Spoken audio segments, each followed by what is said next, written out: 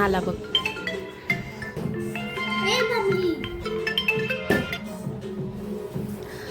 Hello,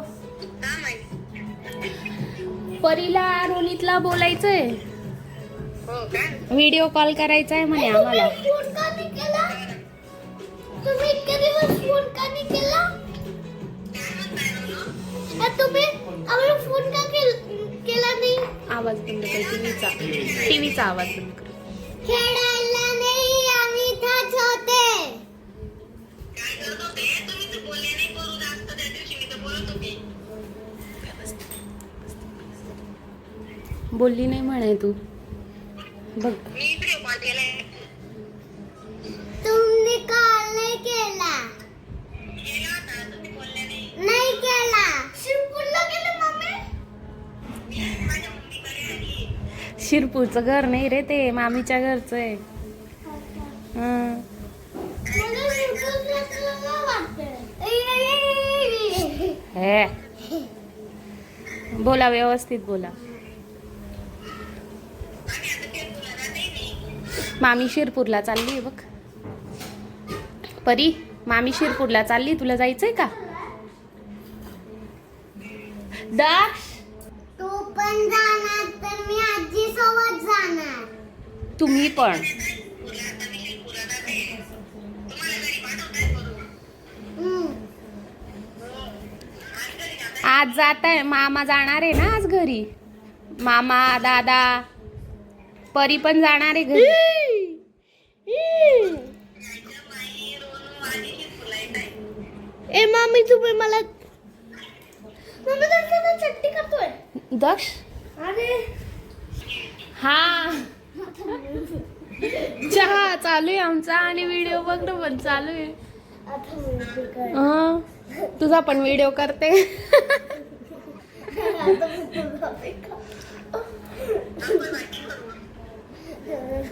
हा, मग रोजच आंघोळ 11-12 वाजता होते. माझी पण बाकी आहे. बघ, मामी पण गावाला गेली तर अजून आंघोळ बाकी आहे. शिरपूरला झाले आज. हो का? नाही पाहिजे. नाही पाहिजे. नाही पाहिजे. नाही पाहिजे. हाय, हॅलो, नमस्कार, श्री स्वामी समर्थ. मी ज्योष्ना तुमचं माझ्या या नवीन ब्लॉगमध्ये मनापासून स्वागत करते. आणि सकाळी आमचं वहिनीशी बोलून झालं होतं. रोनित आणि परी मामीशी बोलत होते. त्यांना आठवण येत होती म्हणून मग सकाळी आम्ही चहा पितानाच फोन लावलेला. आणि बोलून झाल्यानंतर मग मी मुलांना फार दिवस झाले मॅगी खायची होती. मी मॅगी बनवत नव्हती. डीमार्टला गेले तेव्हा आणलेली. तर ते मला रोज सांगत होते मला मॅगी पाहिजे. पण मी त्यांना सांगितलेलं की मी मॅगी रविवारीच देईल खायला. तर आज रविवार होता आणि त्यांना सकाळीच मॅगी हवी होती. पण मी त्यांना सांगितलं की चहा पिऊन छान फ्रेश व्हा, मग मी मॅगी देईल. मग त्यांचं सगळं आवरून झालं, अंघोळ वगैरे करून झाली आणि लगेच ते मला म्हटले की मग आम्हाला मॅगी हवी. मग मी इथं लगेच मुलांसाठी मॅगी बनवायला घेतली.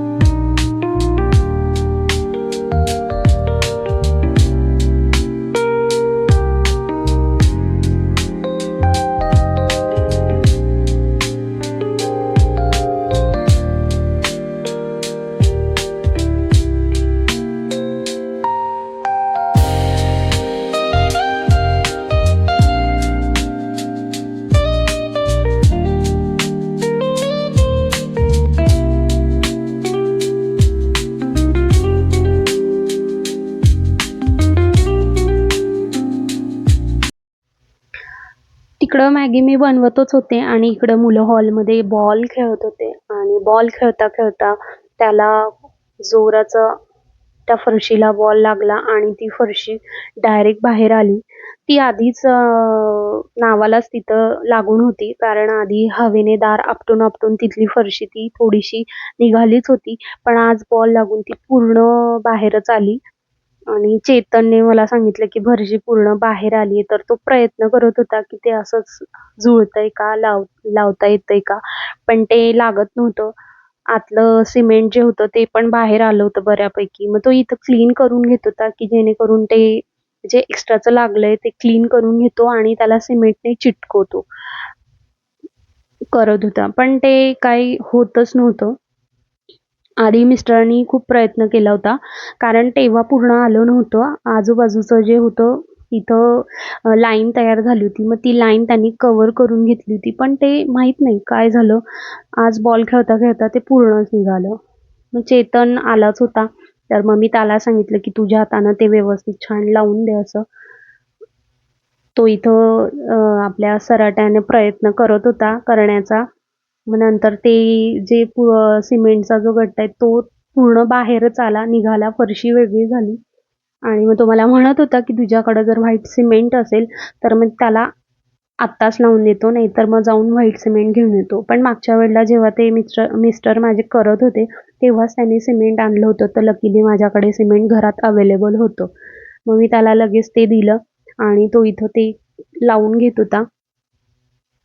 माझ्याकडे कसं आहे ना, इकडे जर हॉलचं दार ओपन असलं, किचनचं दार जर ओपन असलं आणि हॉलचं दारही ओपन असलं, खूप भयंकर हवा येते. दार मला दोरीनं पॅक करून ठेवावं लागत असतं, बांधून ठेवावं लागतं. नाहीतर स्टॉपरने कधीच ते दार राहत नाही. हवेने ते आदळतात जोराचे आणि मग हे असलं काही ना काही होत असतं. बऱ्याच जणांचं सोसायटीत किचनजवळ जो कडप्पा आहे, हवेने दार आपटून-आपटून तो कडप्पा पूर्ण निघालाय. म्हणून मग सारखं ते मला बांधून ठेवावं लागतं. पण आता लहान मुलं घरात आहे. त्यांना कितीही सांगितलं तरी ते ऐकत नाही. इकडं दार ओपन ठेवलं की सरळ बाहेर पळतात आणि असं होतं. जेव्हा चिपकेल ना ते ते बघ इथं डायरेक्ट खड्डा आहे. मम्मी ते बंद कर गं मॅगीचं. एवढा बोट जातो डायरेक्ट. एवढं आत आहे ना ते. बघू. ते बघ ना. खड्ड पडले चांगलंच. सिमेंटात बनवून गेलं. ते बॉल मारतो ना त्याच्यामुळे निघतं. मम्मी बनली मॅगी हो बनली. आता हो. आजी बनली करते. आमची मॅगी कोणाची मॅगी आहे?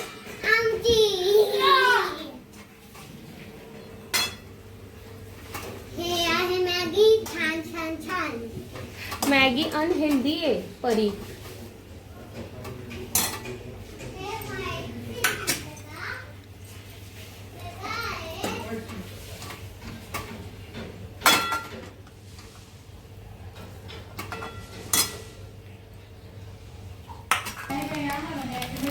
लागेलच ना ती जागा केवढी बघ. डायरेक्ट हाताने करतोय, खराब नाही होणार हात.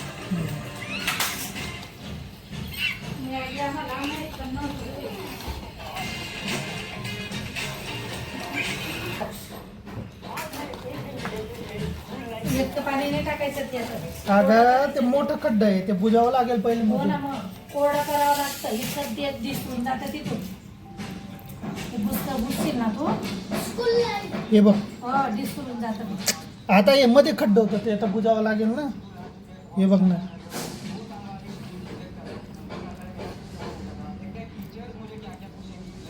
करेल, करता येईल तुम्ही, करेल बरं. खड्डं बुजण्यासाठी मी कोरडं करायला लावते. कडक करायचं ते. होईल ना आता ना. त्याच्यावरती कोरडं सिमेंट लागेल. हवा लागताच बरोबर ते सिमेंट कोरडं पडतं ना.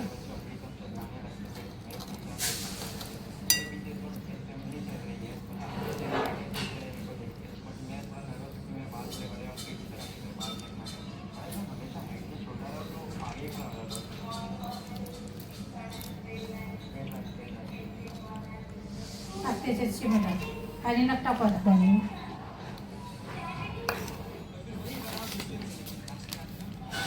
हात काढणार. हे बघ, झालं कोरडं. हां. झालं इकडे सिमेंटचं काम चालू आहे, इकडे फरशी लावतोय आणि यांचं मॅगी खाणं चालू आहे. सकाळी सकाळी नाश्त्याला मॅगी. हा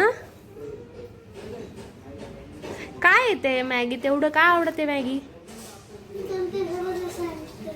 काय असतं? छान टेस्ट असते म्हणून मॅगी आवडते. पावभाजीची टेस्ट असते.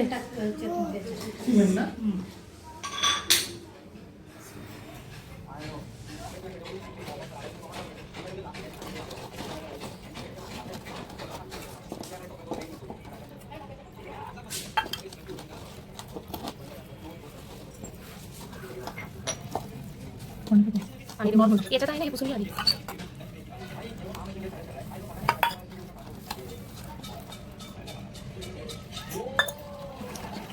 आमचं तरी एवढंच निघालंय, म्हणजे बऱ्याच सोसायटीमध्ये जे बाकीचे आहेत ना त्यांच्या इथे तर जास्त आहे अजून.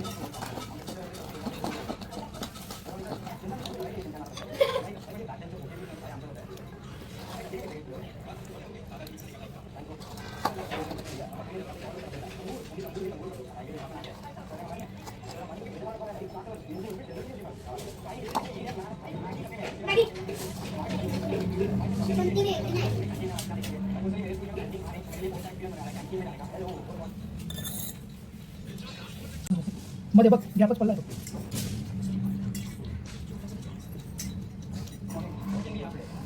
आतमधून राहावं लागेल का ते?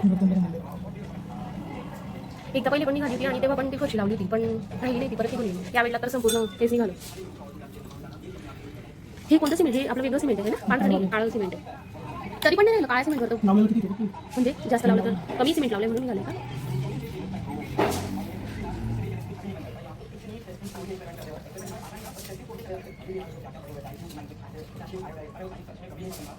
अजून पण लावावं लागेल इथे टाकायला.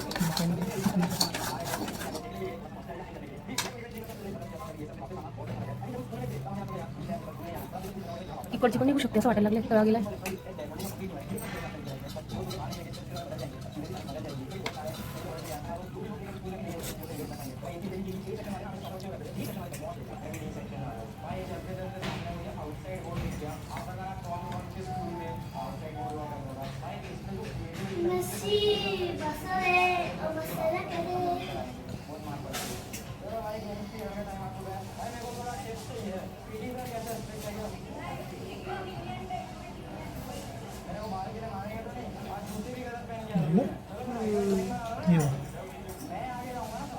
इथे अजिबात आता धक्का लावायचा नाही हा, बॉल वगैरे खेळायचा नाही, नाहीतर धक्का लागून ती निघून जाईल. जोपर्यंत पूर्ण पॅक बसत नाही तोपर्यंत अजिबात तिथे बॉल वगैरे मारायचा नाही.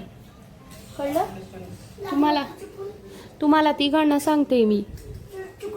चुकून म्हणजे घरात खेळायचीच नाही ना, मग लागणारच नाही चुकून. कळलं?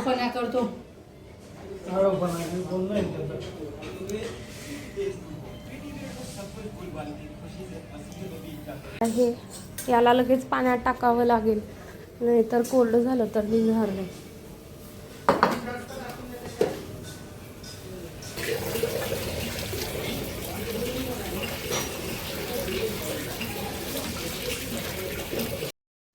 इथं चेतनने फरशी लावली होती आणि खूप छान पॅक बसली ती, एकदम व्यवस्थित त्याने ती लावून दिली. आणि सगळं घाण झालं होतं, सिमेंटचं सगळं पांढरं झालं होतं. तर आई ते झाडून घेत होती आणि इथं मिस्टर तयारी करत होते. त्यांना मित्राकडे जायचं होतं, वास्तुशांतीची पूजा होती. नंतर स्वयंपाक करायचा होता आणि चेक केलं तर दळण नव्हतं, दळण संपलं होतं. पीठ थोडंच होतं आजच्या दिवसापुरता. मग मी इथे लगेच आई स्वयंपाक करत होती तोपर्यंत इथे मी गहू गाळून घेत होती, की जेणेकरून लगेच दळून आणता येईल. आणि इथे मी सगळे आधी ते क्लीनच होते, पण तरी मी एकदा गाळून घेतले देण्याआधी आणि चेतनला लगेच पाठवलं की दळून आण असं. आणि तिकडनं येताना चेतन आज मदर्स डे होता म्हणून तो आईस्क्रीम घेऊन आला होता. तर परी इथे फार खुश झालेली होती आईस्क्रीम बघून.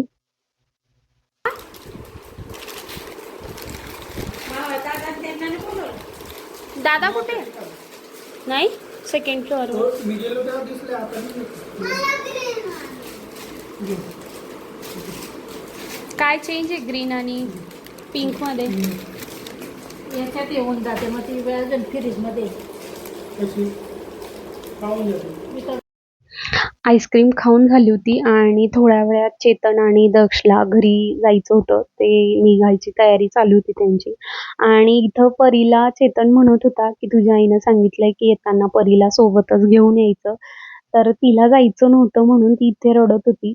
चेतन तिला सारखा म्हणत होता की तुझी बॅग आण, त्याच्यात कपडे पॅक कर आणि आपल्याला आता जायचंय, नाहीतर तुझी आई मला रागवेल, परीला का नाही आणलं. तर तिला असं वाटलं की मला खरंच मामाने येणार आहे की काय, म्हणून तिचं रडणं चालू झालं. आजी तिला सारखं समजवत होती की अगं नाही, मी जाईल त्याच दिवशी तुला सोबत घेऊन जाईल, त्यामुळं रडू नको. पण ती काय ऐकत नव्हती, तिचं रडणं चालूच होतं. आणि दक्षलाही जायचं नव्हतं. दक्षचाही चेहरा उतरला होता, त्यालाही इथे थांबायचं होतं. पण क्रिकेट असल्याने त्याला जावं लागणार होतं. आई त्याला इथं समजवत होती की मी आणि परी लगेच येणार आहे शनिवारी, तर आम्ही तिथेच राहू, त्यामुळे तू काही सॅड होऊ नको. काय रे बाबू, रड नको दक्ष. इथे अगेन पाऊस चालू झाला होता. आदल्या दिवशी पाऊस होता, म्हणजे गेले 3 दिवस सारखा पाऊस पडत होता. आणि चेतन आणि दक्ष बसमध्ये बसलेच असणार, तेवढं तिकडं पाऊस चालू झालाय. तर आजचा व्हिडिओ मी इथेच संपवते. तुम्हाला माझा आजचा व्हिडिओ कसा वाटला नक्की कमेंट करून सांगा. लाईक, शेअर आणि सबस्क्राईब करायला विसरू नका. बाय.